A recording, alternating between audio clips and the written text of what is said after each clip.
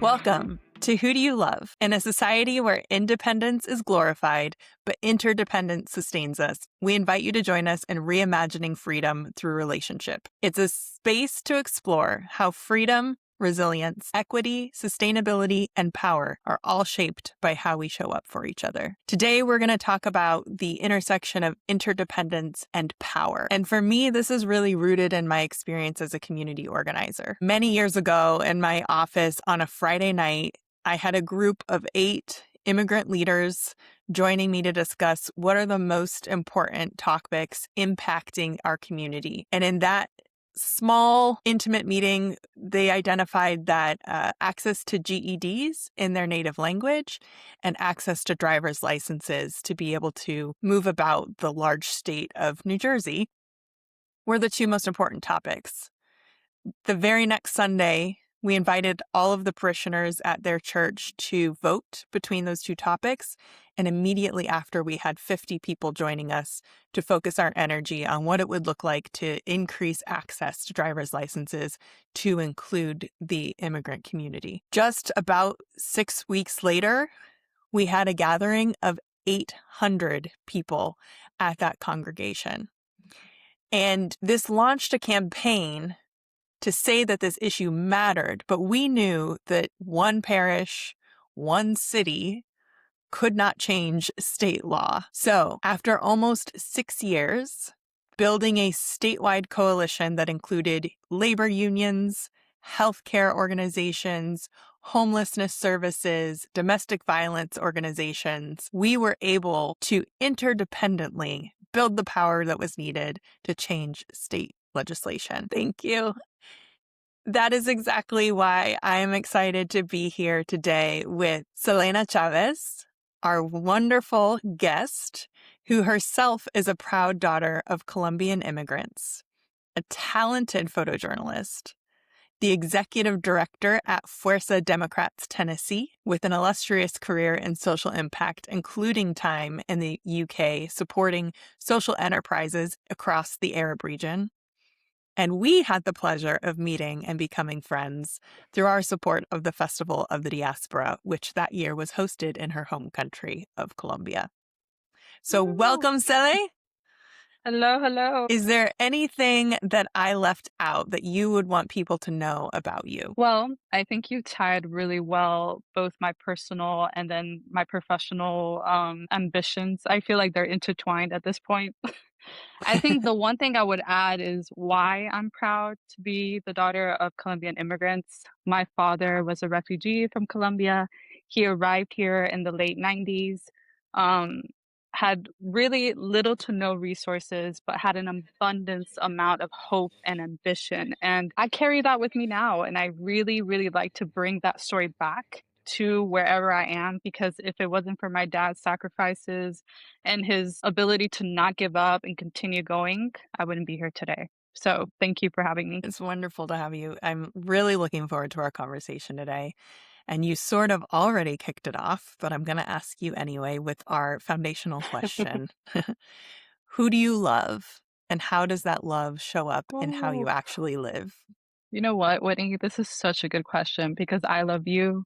I love my parents. I love my family. And I think also throughout life, I started to love myself, and I have struggled here and there trying to, but when it comes to imposter syndrome, when it comes to seeing myself be in these tables where I can make the decisions and not question myself on why I'm there.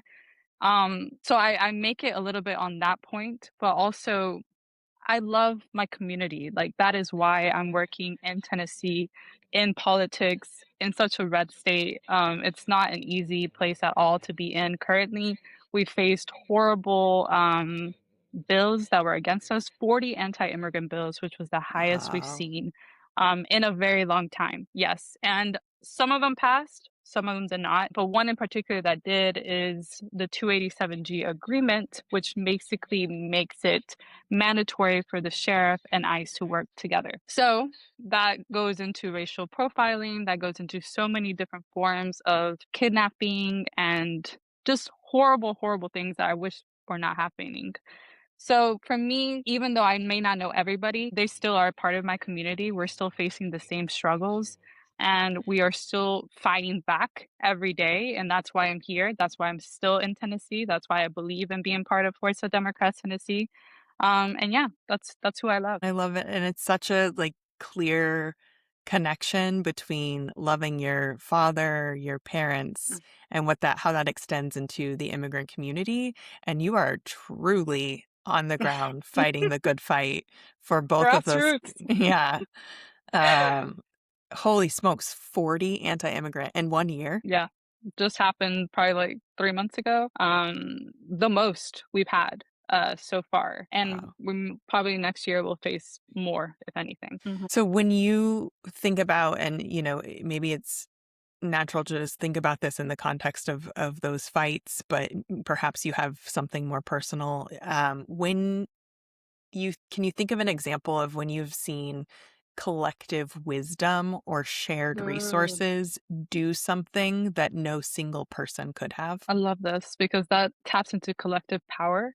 Um, so right now, currently, I'm bringing in different organizations to support with de-escalation, safety, and pull observance. So what that Hmm. looks like is just making sure that during early voting, which is happening on July 17th, and then our election day is August 6th, people feel safe and they feel okay, making the drive there, whatever it may look like. That came out of having conversations with community members who were like, hey, I want to vote, but I don't really know what that could look like for me. Like, I'm kind of scared. So I brought all these different groups together and we've been brainstorming different ways on how to make it both one streamlined, right? Because it's a lot of logistics and also accessible to as many people as possible. Because our area here, our district, there's some more rural, there's a city, so we're just trying to make sure everything kind of connects in Hmm. ways. And that's been beautiful. Like knowledge exchange has been amazing because we're sitting down, we're talking, we're having conversations around these topics. So that was a big one for me. Um, on the personal level, I think my friends come into play a lot, especially when I have been battling my own imposter syndrome and Oh things. yeah. I lived in London for a while. I went to the like LSE, and there I was constantly battling like, why am I here? What am I doing here? Um, and it was them just talking to me, sharing with me, hey, by the way, you're a badass bitch.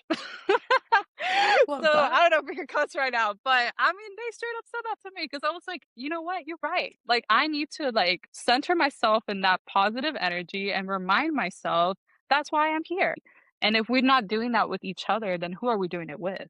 So yeah. I love that. I love the just like recognition of even like your own power. We sometimes are guilty of like burying it, and that it Hmm. really does take your village to remind you who you are and what you're Yes. capable of, and unlock that power when it's been Hmm. hidden. 100%. Amazing. So when you were talking about the example of, the poll protections and getting ready for all of the, midterms and whatnot that's coming up, what has to be true systemically for what you're creating and what you've experienced to even be possible? I think at the base of it all, we need to be clear on our objective. The objective right now is safety, but the objective at the end is obviously to have a blue state. Mm. I say that not as Forsta, I say that as me. But I think at the systemic level, especially when we look at politics and when we look at representation, especially in Tennessee, it's kind of hard to answer that question, right? Like how can we imagine something that feels so far? Yeah. But the way I try to at least see it is like I encourage people to run for office. I encourage people to use their voice to vote, to exercise their right to vote. We have incredible candidates right now across Tennessee who are either running again or who are running for the first time with little to no experience, but they're putting themselves out there. So I feel like all of these little kind of decisions that are taking place and actions are building into that systemic way of being that we need to be to reach that level. So I think I'm trying the way I'm answering is like we're kind of beneath that a little bit, right? Before we reach into the systemic level. Yeah. if that makes sense. But that's just kind of the way I'm seeing it currently. Yeah, no, as you were talking, I was actually thinking about like, and what is Fuerza Democrats Tennessee's role in actually like building those systems to support Uh-huh. those new leaders to, when you think about these poll workers that are talking to each other from rural and urban, like, would they have naturally done that? Or what did you build Mhm. so that they could? What is it that you've been a part of building to make sure that there are Mm. systems to connect those leaders and support new leaders? Yeah, no, and thank you for the question. So the way I break it down is one is language justice. So language justice is just accessibility to resources in your language. So the way I've been doing it and the way Force has been doing it is like let's just have things in English and Spanish, right? Like communications, our email marketing, our social media. When things were coming and going and things were blowing up during the Tennessee legislature, we were actively communicating in both languages. And as simple as that, people were like, thank you," because I didn't know that that was happening, and two, now I know that this bill is out here wreaking havoc, right? So there's that power that you unlock with language. The second one is being the support system where one did not exist. Horsa is the first and the only pack doing this work right now in Tennessee, and specifically for Latinos. And in the existence of Tennessee until last year, we had 11 candidates, Latino candidates run. That's such a small number. Wow. Yes, but this year alone, we've had five. So, what does that mean? It means that things are evolving, it means that things are changing. But having an organization like Fuerza, who is here, allows people to see that they have the support system in place to be pushed in the direction that they're going further. So that I would say that. And then lastly is the belief that we all hold, the belief that we can be the change we want to see. And not just saying that in words, but putting it in action and being out there every single day, whether it's canvassing, whether it's phone banking, whether it's call timing. I've just learned all those terms. I didn't even know the different terms. I was like, what? You mean there's like a different term to like when you call someone to ask for money as opposed to when you call someone to like vote? Or go vote. Anyways, learned it all myself. I'm new to politics, but irrespective of that, those three components are what I think is the key to this. Can I just clarify? When you said there were 11 Latinos that ran in the previous election cycle? The whole existence of Tennessee. Oh, wow. And so then you had half of that in 1 year Yes, recently. yes, Congratulations. That's yes. huge. It is massive, and we want people to run. Period. Obviously, so this Right. includes both in all of the partisan space. Wow. So the collective of building out those systems, inspiring people to be a part of the systems. When I was getting ready for this show, I was reading about some examples that Mm, kind of lift up this idea of interdependence and mm. power. And when you talked about like learning some of the terms for in politics, one of the terms that like had been I've heard forever, but I didn't entirely understand how it worked or what the history was, is this idea of community land trusts. Are you familiar with them? Oh, girl. Like, I'm also Okay. learning that one myself. Yes, I am learning that myself, and funny enough, I had a friend recently considering selling her home so it could be part of that infrastructure. I wish I did though, but I know that it's active and I know it has a lot of, opportunities attached to it. Yeah. So what I learned and I want to share with our listeners is okay, so this Yeah. idea originated in 1969 by Black farmers in Georgia who were structurally Mm. blocked from individual land ownership because of the discriminatory and predatory lending practices. Mm. So they saw collective ownership as the workaround. They built an organization and had the organization own or buy the property. And then they separated the land ownership from the housing ownership. So the land titles are held by the organization, which Oh. allows them to sell the houses at a discounted rate to keep housing Yes. affordable in the community, to provide access, and to have more like control and ownership over the land. So Mhm.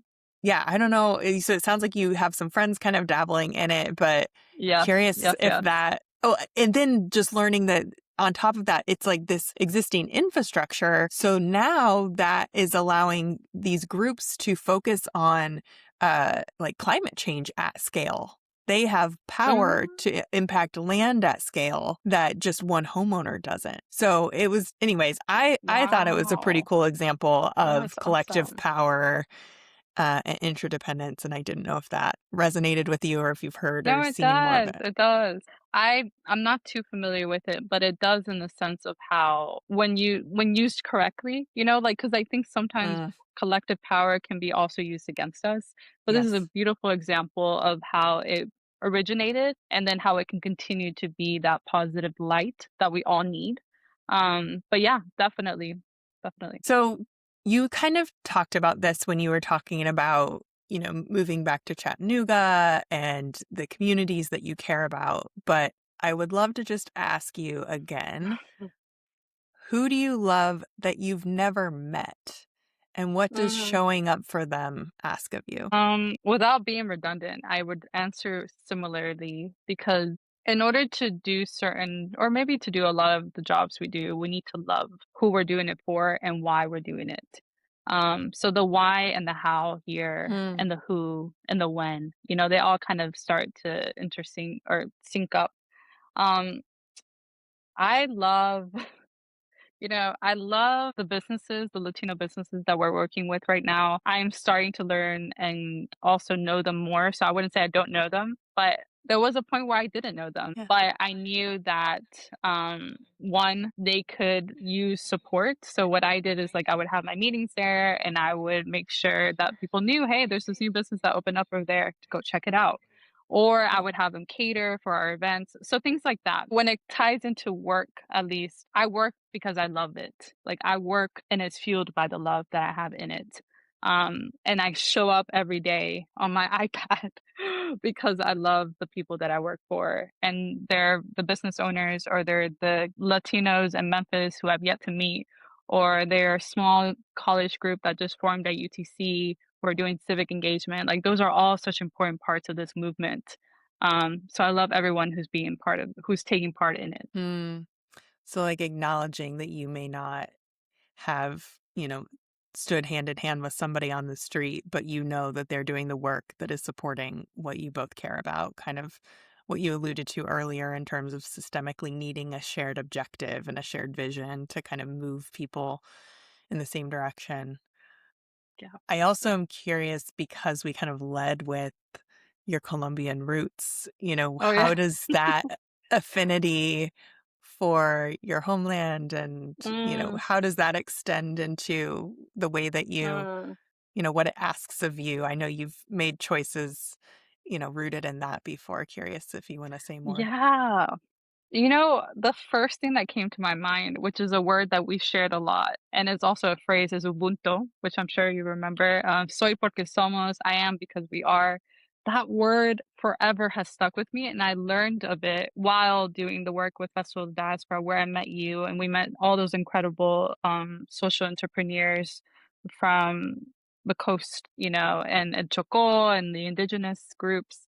And that's stuck with me because it's so true and it ties into interdependence. And I even said at the beginning, I am who I am because of my father's sacrifices. And I continue to be who I am because I believe in what he did for me. And now I need to believe in me to keep doing that, to Mm, keep going forward and keep pushing and pushing and pushing. And I owe that to my roots. And today Colombia is playing, so shout out to Colombia.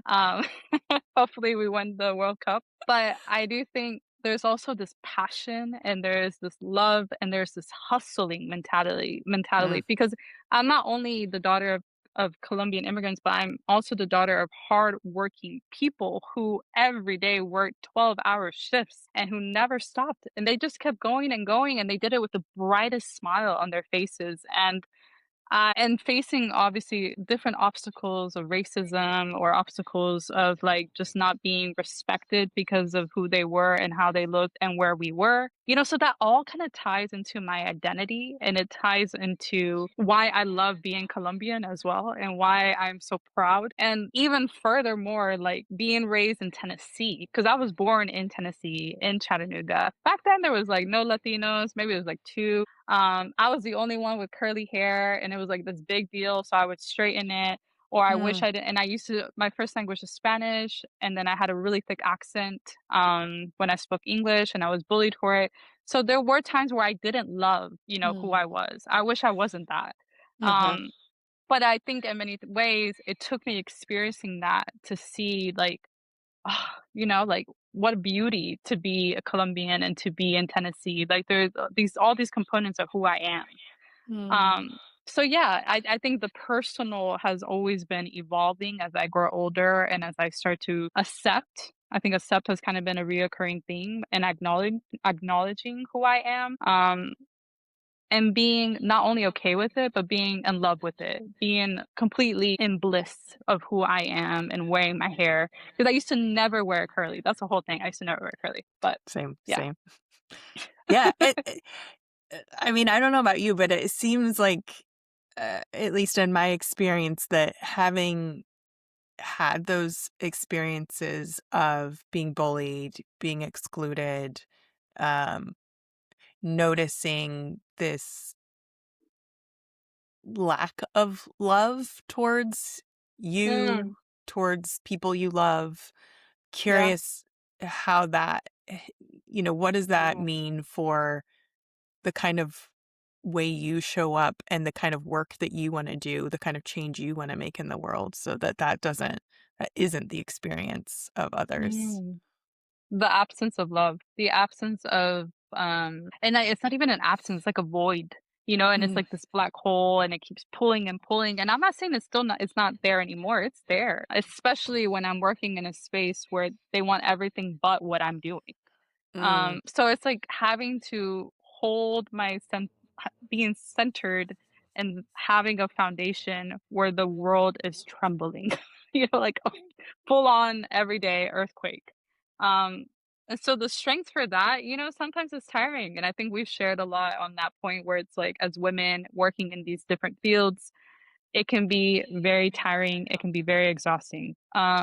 And I've had to learn what self love is and self care 'cause I used to think, like, that's just, like, laziness. It is not laziness, you need it. You need it to be able to, like, survive.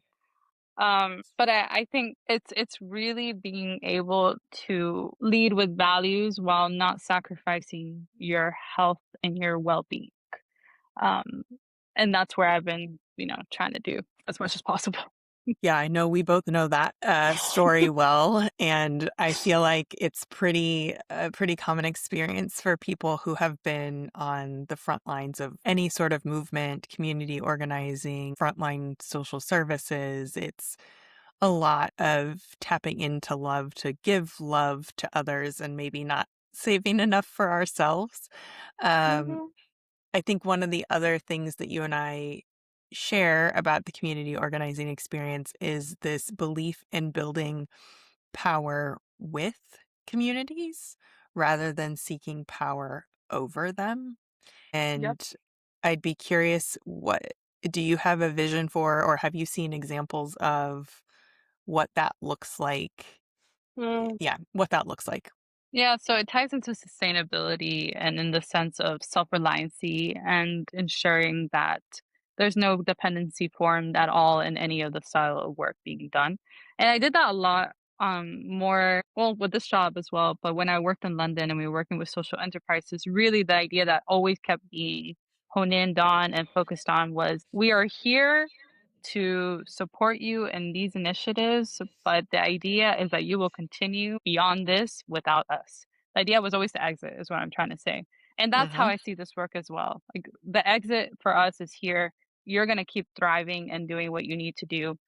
I think in practice, the way that looks like is listening. Like, I think less assumptions, more just listening, period. Because many times I've seen it, we organizations just popping into communities or popping into neighborhoods and just making all these decisions. And the community is like, "What are you doing? Like, why has none of this been spoken with me first? Why have we not sat down?" And so I always say listening. Like, you need to listen. You need to ask the correct questions as well, because you Mm, also may ask the questions you think are correct or ask the questions you want the answers for, but you're shying away the fact that there are whole other questions out there that you need to also bring to the table.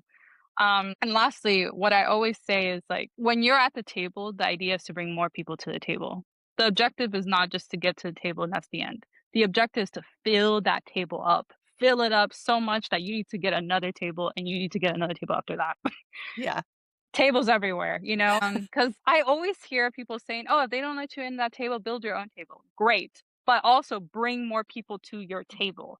I Hmm. think there's the longevity of it, which is like it can only continue to exist if there's love being given into it, and that love is bringing people in. So yeah, bringing people in and listening, biggest both ways that I've seen it done and ways I have also done it as well. Yeah, it's such a humble approach to power building to Mhm. have this desire to see like walk away and have others continue the work, Yes. continue to grow, to continue to expand the table without you is such a Yep. humble form of leadership. So Um, much, so much, and it's the most beautiful outcome because it's like the work keeps going, you know, you don't need to worry about it, you keep doing you. Because sometimes we also become a little bit of control freaks or we're scared, right? It's more like this yes. fear, like, "Oh my god, I did all this work and it's just gonna, like, destroy itself." No, no, no, like, it'll shift. It may look differently to what you envisioned for it, but it's growing and it's evolving and it's doing its thing, and so I've Hmm. also had to learn that one as well. Same, same. Um, I'm curious when you talked about like, just because I think I want our audience to, who may not have as much experience in this work, have an understanding of when you talked about the questions to be asked, and then coming in with, Oh. your set of questions, but maybe not asking the right or all of the questions. Do you want Yeah. to give a little bit more color to that? Yeah, I'm trying to think of a specific time when this happened. I actually take it back to when I was in Chattanooga working at a nonprofit as an AmeriCorps Vista, which is the national version of Peace Corps. And we were doing a lot of work that involved community engagement and mostly just getting like my focus was interpreting surveys, etc., around affordable housing and how the Latino community was feeling about it. So something that was done was that the assumption was like, oh, we just need to get more literature in Spanish.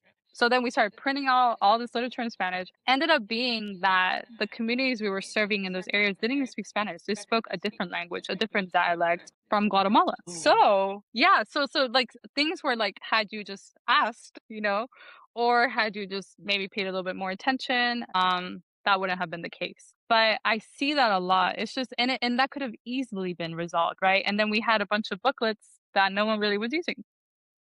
So Mhm. Yeah, you're actually making me think of a story that I shared on a different podcast, but really is relevant here, which is when I was early organizing in Camden, New Jersey. We had done an initial listening campaign in terms of like we had noticed that there was a high number of folks in, we called them hot spots because we used mm. data to identify, actually our partner agency had used data to identify locations within the city that were s- resulting in high numbers of emergency room visits for non-emergency reasons. Oh. And so we were listening to that community around, what's driving you to the emergency room? And the theme that came up was transportation. The Mm. questions stopped there. And so then we had well-intentioned community partners who, came in and then just put a medical office in the high-rise building where we were talking to these residents. Um, Sounded like a good idea at the time, but because we didn't Mhm. ask follow-up questions, we didn't Mm. learn that, like, these patients were missing non-emergency transportation to the doctors that they preferred. They had 30-year relationships with their doctors, but those doctors had moved out of Camden into Cherry Hill, into surrounding areas, and they couldn't get to them. And so, when or the hours weren't right, like they couldn't get there during the night or whatever it may be. But for people to use the clinic that had been put into the building, they had to switch their primary care provider so that that clinic could bill to insurance. And they just couldn't get enough people willing to do that. So the real problem that we had needed to solve was about the fact that the non-emergency Medicaid transportation that most of these residents relied on was not reliable. That's where the problem was. That was what we had to fix, but we didn't ask the follow-up questions. We just started solving the problem. So I definitely resonate There with you go. your point there. All logistical as well, like things that could have been resolved if the initial outcome or the initial strategy had been more Yep, comprehensive. we learn and do better next time. Yes. So uh, I think as people are talking or hearing us talk about this idea of, collective power building, this idea of working together to achieve something that no one person could on their own. One of the things that I get a lot of pushback on is this idea that collective power can move pretty slowly and Mm. can require consensus decision making. How do you hold urgency and shared process at the same time? Because I think that's a little of what we were running up against in that last example, is this urgency to help people not go to the emergency room, and the process would have taken a lot longer. You know, I'm a very impatient person by nature. And so that's been also a battle because I'd like to just get things done. But I've learned that a good strategy requires patience, a good strategy requires different inputs and feedbacks, and that's going to take time. So timelines are always great because at least it lets you visualize what you're looking at and what you're trying to reach at a certain time or whatever it may look like. But it also helps people that are impatient see, hey, the reason why it's taking that long is because you need to speak to this person who may be traveling to Norway and may not respond to you ASAP because of the time change. So it just helps you be practical about what and why things are happening the way they are. So that's one of the more basic answers as well. And then I think because of the examples we just shared, that's why we have to take our time with certain things. Because when you rush and then it's a disaster, but then you take your time and it's a good successful outcome, that Mm-hmm. speaks for itself, right? It speaks for itself. And then lastly, define success. Mm. Define what it means and what it looks like before you start. And like that's always something that has helped me because Mm-hmm. I'm visual. Like I need to see it to believe it. So if I see that my success looks like this, then I'm going to plan X, Y, and Z to get to that success. Mm-hmm. Yeah, as you were talking, I was literally imagining one of those like exponential charts where it's like, the beginning takes so long, but once we like get all these things set up, we can move this fast and we're going to get Hmm. to the actual desired outcome and not have to go backwards afterwards. So, Yeah, yeah, 100%. And you really need to feel it. It's not only just seeing it, it's also believing in it. It's also making sure that when you're believing in it, it's practical for everyone as well. It's not just you. That's the other thing, like the whole idea about community power. Like we're all doing this. We're all part of it. So we need to sometimes put maybe a little push that you're wanting on the side so that another person can maybe give their input and maybe things shift completely and it doesn't look like you wanted it at the beginning and then you have to reimagine what success looks like and that's fine. That's okay. Don't freak out. It's okay. I feel like that should be your shirt. Like, don't freak out. It's okay. I'm saying it all the time at this point, so I may as well just like get it tattooed on like my forehead or something. So yes. I think that's a great like topic that you're bringing up, because I'm really curious your thoughts on like for collective power to be real, to be owned by all people, not just some of us. Who are we currently leaving out of the equation most Mm. often? And what would it cost, especially as maybe in your context of political power? Who are we Yeah. leaving out, and what would it ask of us to include them? You know what it would I'm going to start with the second part of the question. What it would ask us to do is stop making assumptions. It ties back to this whole part of this conversation. And what I'm connecting it to is Latino engagement at the polls and voting and running for office. I've heard again and again from different donors or supporters who mean well. They're like, why should I give you money if like the chances of a Latino Democrat, right? Add the Mm, Democrat to it, of winning. Why? And the way I answer it is because once again, we need to reimagine what a win looks like. Okay, maybe they don't get the electoral win, but they maybe get a different win, which is activating community specific engagement, activating communities with their like the notion that you can actually vote, that you can exercise your right to vote. And so like this idea of reimagining is everything, because maybe they don't win now, but they win later. Like Representative Selena, she's our first Latina Democrat representative ever. She ran over 4 times. Yes. She ran over 4 times to eventually get her win. That took support, wow. that took patience, and that took time. So had Hmm. people been like, oh, I'm not going to, no, you need to start rethinking how we're seeing things, because if we don't, that is the enemy winning. The enemy wants you to think that things are just the same and they're always going to be the same. And because you're not winning right now, you'll never win. That's not true. And it Again, goes back to I was like, exactly, ah. get it, girl. It goes back to what you were saying earlier, too, about defining success. Like, so many times, especially in that example, people think Yeah. success is just winning the election when there's Yeah. actually so many other positive So many. outcomes. Yeah, and the candidate also needs you to continue to believe in them. Mm, Like it's not like, and also and actually even in the sense of if they do win, you need to still keep, helping them. Like once they win, that's the hardest part.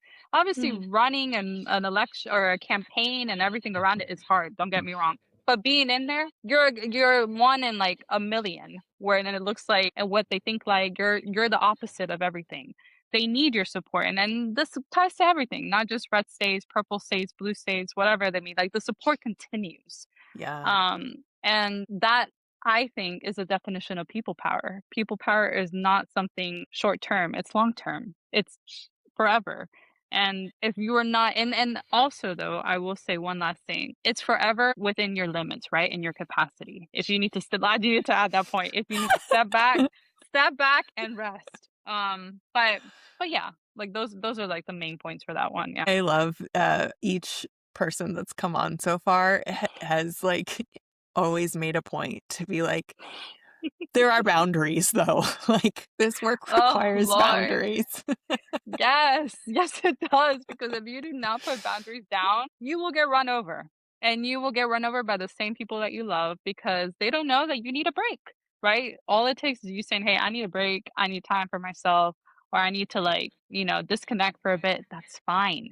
If they truly love you and they truly love the power you're building, they will respect it. And if they Hmm. don't, that's a whole other conversation. Amen, sister. Don't you find that, I was actually telling a friend over the weekend, wild story. Shortest version is I got a flat tire on the side of the highway Oh the next no. day when my friend took me to the tire shop. We went to run an errand, and on the way home, her flip-flop got stuck under her brake pedal and she accidentally slammed on the gas pedal and we went into my house.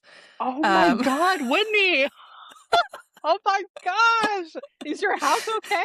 yeah, I mean Are a you little okay? cosmetic damage to both the car and the house. All humans are good. But Oh my God, that's crazy. but That when is I was crazy.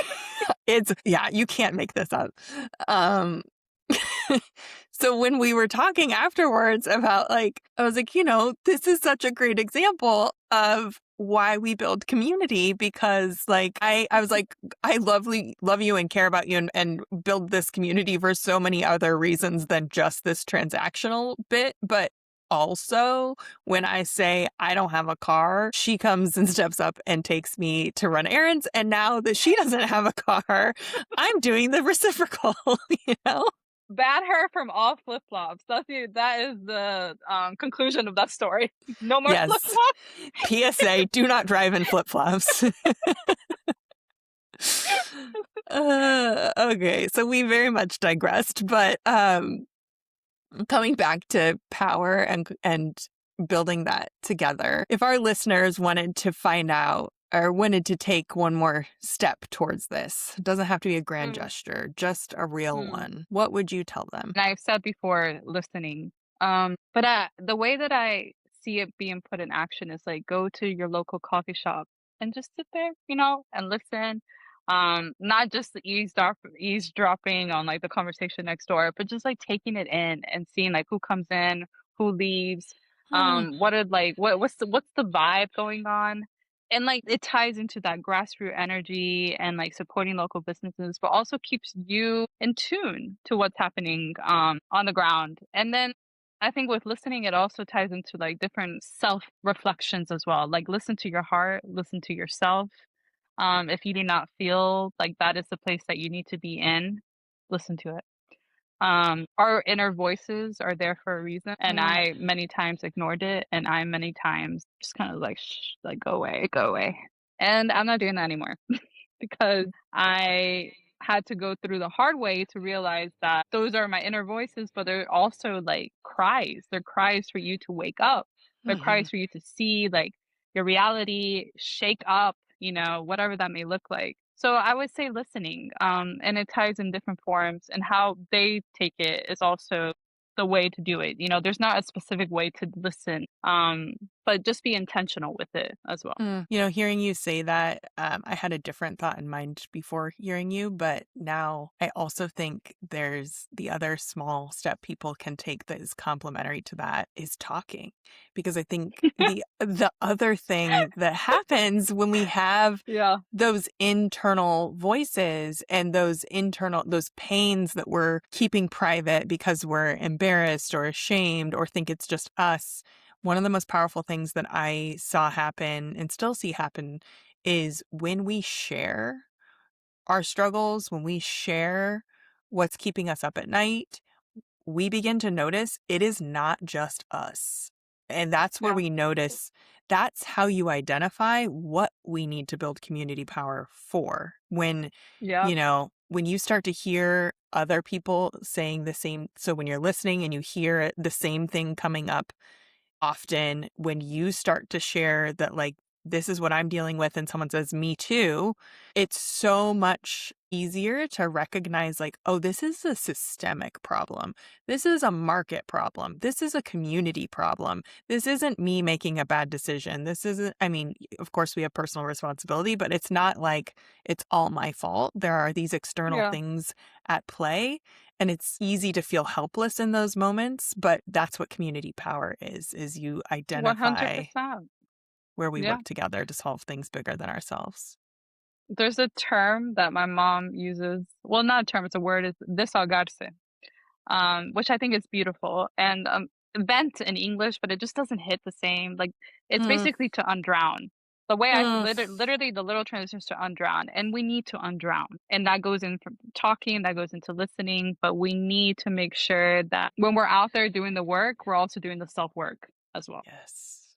Oh, Selena, if people want to get in touch with you, follow you, stay up to date on what you're doing, where can they find you?